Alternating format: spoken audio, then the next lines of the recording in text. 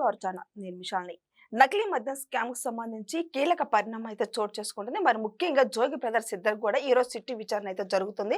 అయితే జోగి కుమారులకైతే వాళ్ళ కుటుంబం మొత్తం కూడా ఉచ్చు బిగించబోతుందా అంటే అవుననే సమాధానం కూడా వస్తుంది. దీని మీద పూర్తిగా విశ్లేషించడానికి మనతో స్టూడియోలో ఉన్నారు అనలిస్ట్ అశోక్ గారు ఉన్నారు. వారిని అడిగి విషయాలను తెలుసుకునే ప్రయత్నం చేద్దాం. అశోక్ గారు నమస్కారం. నమస్తే అండి. నకిలీ మద్య స్కామ్ కు సంబంధించి జోగి బ్రదర్స్ ఇద్దరు కూడా ఈ రోజు సిట్టు విచారణకు అయితే హాజరయ్యారు. అయితే ఇక్కడ ట్విస్ట్ ఏంటంటే జోగి బ్రదర్స్ ఇద్దరు కుమారులు నలుగురు అయితే వాళ్ళు ఈ రోజు ఎక్సైజ్ శాఖ సిట్ అయితే వాళ్ళకి నోటీసులు ఇచ్చారు. మరి ఇక ఏం జరగబోతుంది ఈ అంశానికి సంబంధించి అంటే ఏం చెప్తారు? మీకు 1.5 నెల, ఒక 2 నెలలు అయింటది ఆల్మోస్ట్ టైము. జోగి రమేష్ హల్చల్ చేశాడనమాట. విజయవాడ కనకదుర్గమ్మ గుడి దగ్గరికి పోయి ఆ చేతులు అంటే దానిపైన ఏదో ప్లేట్ పెట్టుకొని ఏదైనా దీపం పట్టుకున్నాను, చెయ్యి కాలుతుందా లేదా అని చెప్పి ఓవర్ యాక్షన్, పిచ్చి ఓవర్ యాక్షన్ చేశాడు. ఇప్పుడు నాది స్ట్రైట్ ఒకటే క్వశ్చన్. నీకు నీ బిడ్డ అంటే నువ్వు కన్నటువంటి బిడ్డల పైన ఎక్కువ ప్రేమ ఉంటుందా, దేవుడి పైన ప్రేమ ఉంటుందంటే సహజంగా మనుషులు ఎవరు ఎవరు ప్రిఫర్ చేస్తారు? రెండిట్లో ఒకటే చూస్ చేసుకోవాలంటే ఇంకా అది ఇంకా హైపోథెటికల్ క్వశ్చన్ అనుకోండి. ఇంక స్ట్రైట్గా మాట్లాడాలంటే ఉండే లాజిక్ కూడా ఉంటుంది అట్లా.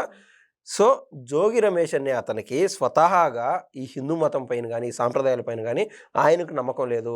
యథా రాజా తదా ప్రజ అన్నట్టు జగన్మోహన్ రెడ్డి గారి లైన్లో వెళ్ళేటువంటి ఈ జోగి రమేష్ ఆయన బిడ్డల్ని కాపాడుకోవడానికి మాత్రమే ఆ రోజు అంటే మనం ఒక జనరల్గా వైట్ పేపర్ పైన ఒక చిన్న గీత గీస్తాము. ఏది ఇదే మనది ఇంత ఆస్తున్నది అనుకుంటాం అనుకో, పక్కన ఇంకొక పెద్ద గీత గీస్తే ఈ చిన్న గీత అనేది మైనస్ అయిపోతుంది, చాలా చిన్నది అనిపిస్తుంది. ఆ రకాన ఆయన పిల్లల ముందు దేవుడు అనే అతను తేలిపినాడు అనమాట. దేవుళ్ళ పైన ఆ భక్తిభావం కానీ ఆ ప్రేమానురాగాలు కానీ అన్నీ పోయినాయి. దేవుడి పైన భక్తి లేదు. అందుకు ఆయన ఆ రోజు అంత ఓవరాక్షన్ చేశాడు. సహజంగా ఎక్కడో న్యూట్రల్ పీపుల్ కూడా ఒక చిన్నపాటి ఇది ఉండేదనమాట. ఒరే అంత ఎంత ధైర్యం లేనిది, ఎంత స్ట్రెంగ్త్ను, ఎంత నమ్మకం లేనిది, ఆయన తప్పు చేయకుంటే కదా దేవుడి పైన ఒట్టేస్తున్నా అని చెప్పి అనుకునేటువంటి ప్రజలు ఇప్పటికీ ఉన్నారు. ఏదో ఆ రోజు వీడియోలో కన్నా చూస్తే. కానీ అసలు లాజిక్ ఇదే అనమాట. జోగి రమేష్ బ్రదర్స్ ఎవరైతే ఉన్నారో, జోగి రమేష్ కావచ్చు, జోగి రాము కావచ్చు, వాళ్ళకు మొత్తం మీద ఇద్దరిద్దరు బిడ్డలే ఉన్నట్టున్నారు. వాళ్ళ పేర్లు వచ్చి రాకేష్, రాజీవ్, ఇంకిద్దరు వచ్చి రోహిత్, అదేవిధంగా రామ్మోహన్. మొత్తం 4 కొడుకులు అనమాట ఇద్దరికి కలిపి. వీళ్ళిద్దరికి అంటే వీళ్ళు నలుగురికి ఇంట్లో ల్యాప్టాప్లు వాడుతూ ఉన్నారు. ఏది సహజంగా మనం పల్లెటూరులో కానీ ఎక్కడైనా సరే మనకు ఉన్నటువంటి బిజినెస్ ఇది ఏదైనా సరే వాళ్ళ బిడ్డలు అంటే ఎదిగొచ్చిన బిడ్డల కాడ ఆ ల్యాప్టాప్లో పెట్టడం కానీ లేదా కూలీలకు సంబంధించినటువంటి లెక్కలు రాయడం కానీ వాళ్ళ బిడ్డలకు ఆనవైతే అప్పగిస్తారు. వీళ్ళకు ఉండేటువంటి ఆస్తి అసెట్స్ ఏదన్నా ఉన్నాయంటే ఆ మధ్య విజయవాడలో అది క్లోజ్ చేశారనమాట. ఏది కల్తీ మద్యం సరఫరా అవుతుందని చెప్పి ఆ షాపు కేంద్రంగా వీళ్ళు గతంలో జగన్మోహన్ రెడ్డి గారి కాలంలో అసలే కోతి ఆ పైన కళ్ళు తాగింది, తర్వాత ఆ నిప్పులు అడుగుపెట్టింది అన్నట్టు ఆ పరిస్థితి ఎంత దారుణంగా ఉంటుంది. అప్పట్లో జగన్మోహన్ రెడ్డి కాలంలో అది ఒక స్పిరిట్, దాంట్లో రంగు నీళ్లు కలిపి తాగినారు, అట్లా తాపిస్తూ వచ్చారు, ప్రెసిడెంట్ మెడలో అది ఇదని చెప్తూ వచ్చారు. అటువంటి మద్యంతోనే ప్రజలు అల్లాడిపోతూ ఉంటే ఏం మద్యం తాకుండా ఉండొచ్చు కదా అంటారండి కొంతమంది అనేవాళ్ళు. అయితే పొద్దుటి నుంచి సాయంత్రం దాకా 600కో 700కో లేదా కొంతమంది 1000 కావచ్చు, కొంతమంది 400 కూలీతోనే బతికేవాళ్ళు ఉంటారు. వాళ్ళు ఏమవుతుందంటే సాయంత్రానికి ఒళ్ళు ఊనం అయిపోతుంది.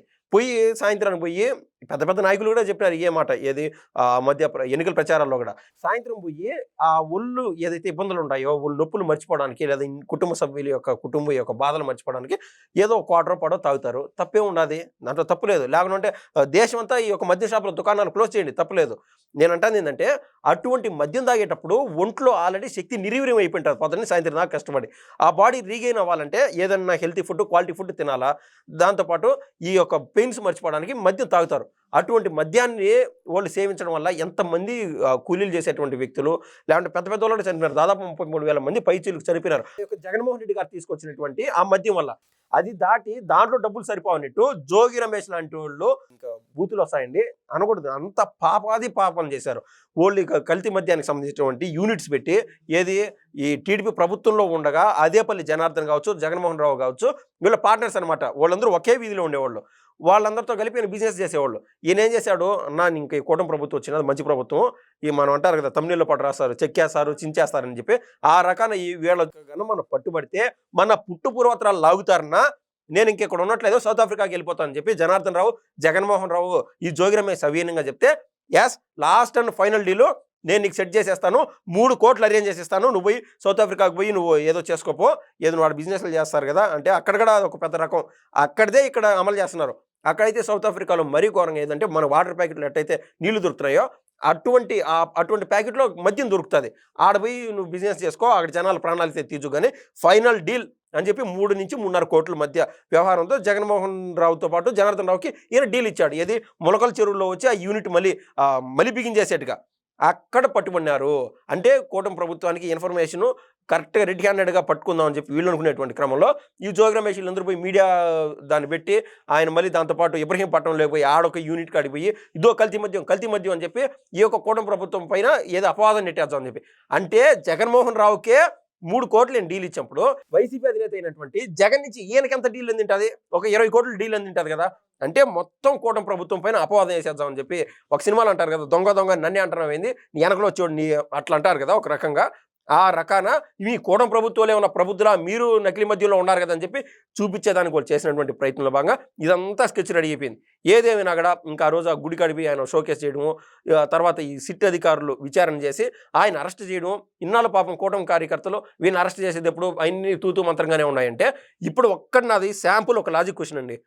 జగన్మోహన్ రావు లేదా జనార్దన్ రావు వీళ్ళిద్దరం పక్కన పెడితే జోగి రమేష్ జోగిరామ్ అనేటువంటి సోదరులు ఈరోజు నెల్లూరు జిల్లా జైల్లో మగ్గుతున్నారు. అయితే వైసీపీకి ఒక లీగల్ సెల్ ఉంటుంది కదా, హైకోర్టు తలుపులు తట్టచ్చు కదా. మా వాళ్ళు ఏం తప్పు చేశారు, ఎందుకో ప్రైమా ఫేసి కింద 24 గంటల్లో కోర్టులో ప్రొడ్యూస్ చేయాలా అంటే అంబేద్కర్ రాసినటువంటి రాజ్యాంగంలో ప్రతిదీ ఒక లాజికల్గా ఏది ఎవరికి ఇబ్బందులు కలగకుండా ఒక మంచోడు అనే అతను శిక్షింపబడకూడదు, చెడ్డోడు తప్పించుకోవచ్చేమో, justice may be denied but it never denied అన్నట్టు తప్పించుకోవచ్చేమో కానీ మంచోడికి శిక్ష పడకూడదు అనేటువంటి అంత రూపకల్పన చేశారు మన చట్టాలు న్యాయాల్లో. సో ఇతను ఇంత ప్రబుద్ధుడైతే ఇన్నాళ్ళు హైకోర్టు తలుపులు తట్టి అక్కడి నుంచి ఈయన ఏది దాన్ని ఏమంటారు బెయిల్ తెచ్చుకోవడమో వీటన్నిటికీ ఎందుకు ప్రయత్నాలు జరగలా, ప్రయత్నాలు చేసినా కూడా కోర్టులు ఎందుకు చేతకరించుకున్నాయి? సరే అక్కడ నీకు న్యాయం దక్కలా, సుప్రీంకోర్టుకు పోవచ్చు కదా. నీకు సుప్రీంకోర్టు పైన నమ్మకం లేదేమో నాకు వైసీపీ పార్టీ చెప్పాలా, సుప్రీంకోర్టు పైన నమ్మకం లేదేమో దాన్ని బట్టి అర్థం చేసుకోవాలా ఏంది వీళ్ళు తప్పు చేశారు చిక్కిపోయినారు. అయితే ఈ సిట్ అధికారుల విచారణలో నాకు తెలీదు, గుర్తులేదు, మర్చిపోయినాను, అసలు నాకేం సంబంధం అని చెప్పి వీళ్ళు అనడం. ఈ క్రమంలో నేను ఇందాక స్టార్టింగ్లో చెప్పినట్టు మన వారసత్వంగా మన పిల్లలకి ఏదైతే మనం ఏది సెలవుల నిమిత్తం ఇప్పుడు వచ్చినా కూడా వాళ్ళ ల్యాప్టాప్లో పొందుపరచడం, పేపర్ పైన పొందుపరచడం జరుగుతూ ఉంటుంది. నేను చెప్పినటువంటి 4 వాళ్ళకి 2 కొడుకులు ఏది ఒక్కొక్కరికి 2 కొడుకులు ఒక దళమే తయారు చేసి పెట్టుకున్నాడు జోగి బ్రదర్స్ అనమాట. ఏది వారసత్వం కూడా స్ట్రాంగ్గానే రెడీ చేసి పెట్టుకున్నాడు. కానీ వారసత్వంగా వచ్చినప్పుడు ఏముంది వాళ్ళకి, లేదా ఒకవేళ రాజకీయంగా వాళ్ళకి మంచి భవిష్యత్తు ఉంది ఎలా లేకుండా ఉంటే ఏదన్నా బయట స్టాన్ఫోర్డ్ యూనివర్సిటీ వాటిలో చదివించుకొని ఏది ఈయన రాజకీయంగా సెట్ అయిపోయినా డబ్బులు కూడా ఉన్నాయి. ఆ పిల్లల భవిష్యత్తు అట్లా ప్లాన్ చేయాల్సింది పోయి జనాల పైన పడండి, జనాల రక్తం తాగండి, జనాలు పీడించండి అని చెప్పి ఈ రకం చేశాడు అనమాట. సో జోగి రమేష్ చేసినటువంటి తప్పులకి వాళ్ళ బిడ్డలు శిక్ష అనుభవిస్తున్నారు. మధ్యలో పాపం వాళ్ళ తల్లి జోగి రమేష్ కానీ జోగి రమేష్ ఒక బిడ్డలు కానీ మీడియా సమావేశానికి వచ్చినప్పుడు ఒక ఏది సాక్షి వాళ్ళు గొట్టం ఎత్తుకొని వస్తారనమాట. ఆ గొట్టం ఎత్తుకొని వస్తే ఆ జోగి రమేష్ వాళ్ళ భార్య వచ్చి కన్నీటి పర్యంతం అవడము, కానీ ఆవిడకంటూ అది అబ్బలా అనమాట, ఏది ఎక్కువ యాడ్ చేయడము, ఏది బోర్గడ్డ నీళ్ళు వాళ్ళ భార్య మాత్రం అట్లా కుదరలా, ఎందుకంటే వాళ్ళు తప్పులు చేశారనేది. ఒక సినిమా చూశానండి, నిన్న ఒక సినిమా చూశాను. ఆ సినిమాలో ఏది విజయ్ సేతుపతి సినిమా అనమాట. ఆ సినిమాలో ఏది భార్యకి తెలియకుండా మొగుడు అనధికారికంగా ఎవరినో చంపేసి ఆ గోల్డ్ అంతా తెచ్చుకొని సంపాదించేస్తాడు.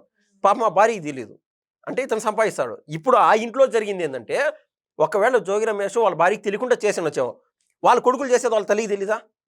భర్త చేసా, కొడుకులు చేసా, బిడ్డ అందరూ చేసా, ఆటోమేటిక్గా ఆవిడికి తెలుసు. అందుకు ఆవిడ కన్నీటికి బొట్టులు రాలేదు. అదే బేసిక్ లాజిక్. సో ఏదేమైనా కూడా ఈ జోగి రమేష్ని జోగిరాముని అరెస్ట్ చేసే క్రమంలో వాళ్ళ ఇంట్లో ఉండేటువంటి ల్యాప్టాప్లు కూడా తీసుకుపోయినప్పుడు ఒకవేళ మేము తెలివిన వాళ్ళం కదా మేము అన్ని డిలీట్లు చేసామంటే ఆ రీసైకిల్ బిన్లో ఉంటుందని కాదు. ఒకవేళ రీసైకిల్ బిన్లో లేకపోయినా కూడా హిస్టరీ మొత్తం లాగే కెపాసిటీ ఇప్పుడున్నటువంటి వ్యవస్థలో ఉన్నది.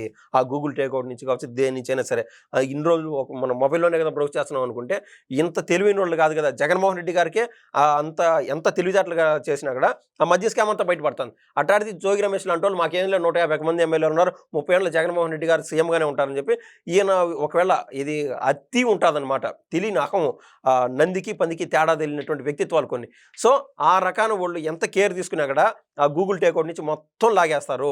ఈ 4గురిలో కనీసం 2 చిక్కుతారు. వీళ్ళు కూడా వాళ్ళ నాయకులకు సేవ చేసుకోవడానికి ఆ నెల్లూరు జైలుకి పోతారని నేనైతే నమ్ముతున్నాను, భావిస్తున్నాను. Thank you. ధన్యవాదాలు.